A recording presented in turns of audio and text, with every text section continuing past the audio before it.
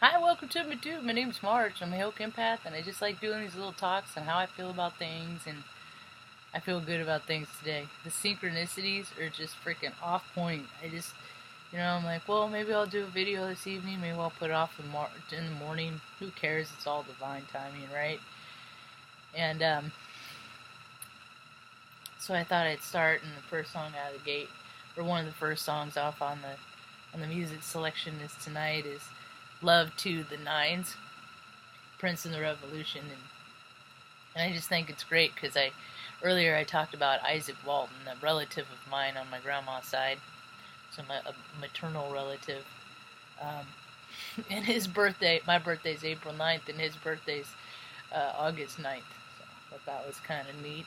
Another neat synchronicity is I started listening to Macaulay Culkin's podcast a while ago, White Rabbit or Bunny Ears or whatever it's called, and kid's seen a lot of stuff, and he's got an interesting perspective, and he's talked about the girl of his dreams and how they found each other and stuff. And well, I also been talking about the last couple of days how I've been watching Dollface. She's on Dollface, and so this next episode he's coming up on it, and I remember seeing that a couple months ago about him talking about how she's on it, and I've totally forgot about it. Sorry, BB. And stuff, and then I was like, and I just looked it up, and I was like, oh, that's right, that's his girlfriend. So I like when pots find their lids and lids find their pots, when penguins find their matches. Same freak tribe, same flame, call it whatever you want. The kindred spirits, the most kindred of spirits, the most likenesses. Anyway, I also watched another cool talk earlier about the Looking Glass project, and basically in the shell of a nut, without getting too deep into it. And I'll use part of an analogy that the guy in it, Wood, is his last name, the interviewee, speaks on his experience. Is that too bright in your face? Let me help you, buddy. What if I cover it a little bit? How's that? Is that better? There we go, that's a little better, because it's not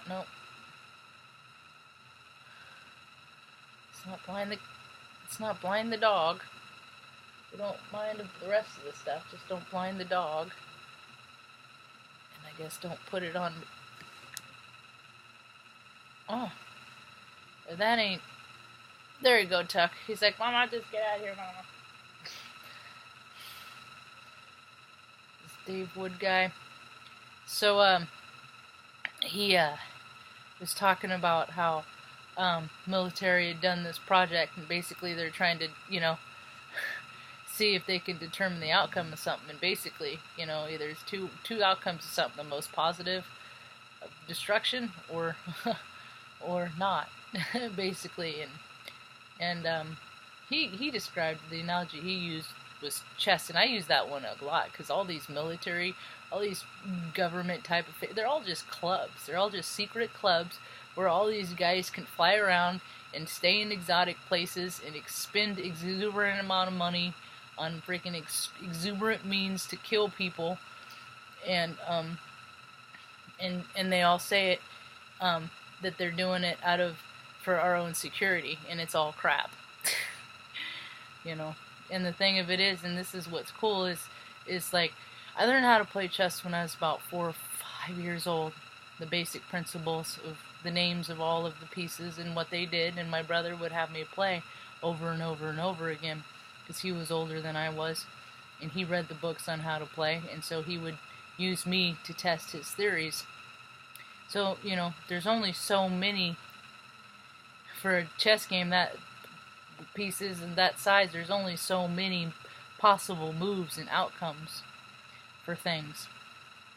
Well, it's kind of like that. People think it's like that in real life, but there's a lot more possibilities for outcomes because there's a lot of variables that people don't consider.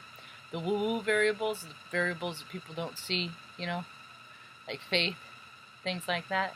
And that, I know from personal experience when I was at Offit that there's people, they used to send people at Stratcom, all over the world and all over the place, and do training exercise on what would happen if end of the world scenarios came to be. Like if the power grid went down in a large way, fast forward 15 years, like they did in California, where they created scenarios where they had people see, and what you see is people. It's backfiring, it's backfiring. So gave people a chance to get in their community and really determine what priorities in life are, because when you're running off a generator, you got to determine what you only have 3 things that can run. What's the most important, and so people's basic needs have been threatened in a very, very, very broad way, and people are protesting all over the world to stand up against these injustices that have been done by these controllers. And he continued on with his analogy to talk about how, when somebody sees, when both players can see checkmate coming, they can see it, but the one that's going to lose, sometimes they don't lose gracefully, so they just kick and scream and drag things out, try and make as much of a frickin' tantrum and make as much destruction as they possibly can as they go down and writhing in their own misery of defeat, right? But in this Looking Glass project, what they determined was it's only really one way for people to go, and that's for them to ascend in consciousness, and that's exactly what's happening on this earth. And ascension, all that is coming to the realization that things are just different than you were told. It's an awakening, It's an awakening. It's a mass awakening. We're all part of the same consciousness, and if we just point our consciousness in a healthier way, that the whole world can benefit, not just a few creeps at the top, cream of the crap. I watched a video with that Prince Andrew earlier, and that dude is just a freaking psychopath, man. He is just such a piece of work, I just think about how much he's wearing, how much poverty stricken people are in his country. So I made some notes. Looking Glass comes out, and it's funny because Looking Glass, it's a mirror, and I'm a Heilka. Heilka are mirrors. It's kind of interesting. The base that I was stationed at supported that Looking Glass mission. But that's the thing, is they stopped. They're like, why do you think they stopped the mission? Because they didn't get, they were all getting the same answers, and they weren't going to get the outcome that they wanted. Because, see, the way I look at it, if all these guys are playing chess up on top, and even if there was a freaking some sort of atomic fallout and most of the people wipe off the planet, they've already built their freaking underground bunkers, man. They're already ready and prepared. They're just waiting for stuff to happen. They're just like, give me a reason, But the whole world is coming to find out that, there's life beyond planet Earth, and there's, shared consciousness, and when they start, like, really looking at the numbers, all this stuff, you're gonna see that there's freaking, things don't add up. Like, consider this. This is hilarious.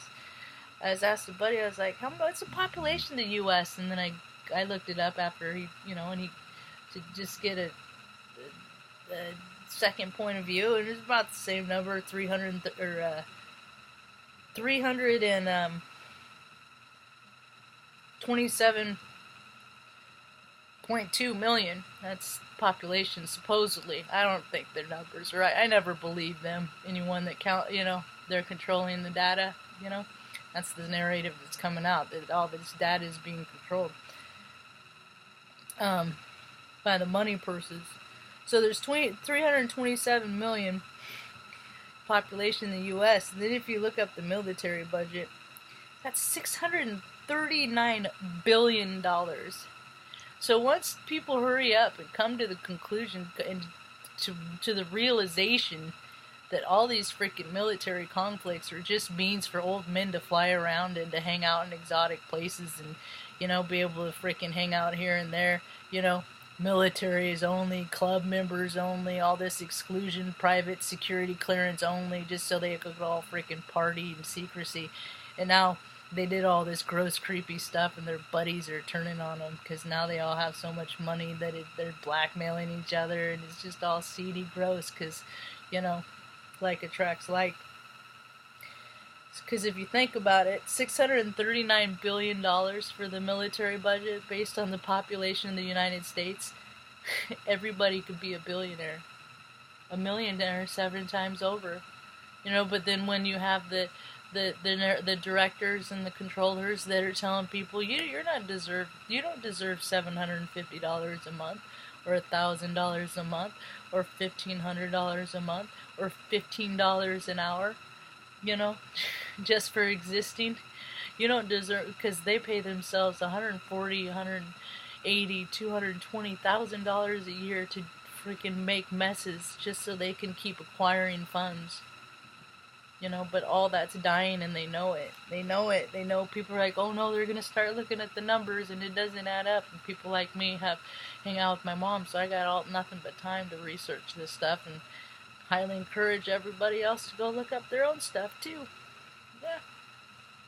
Welcome to the Great Awakening, folks. Hope you have a rad evening. Peace. Yeah.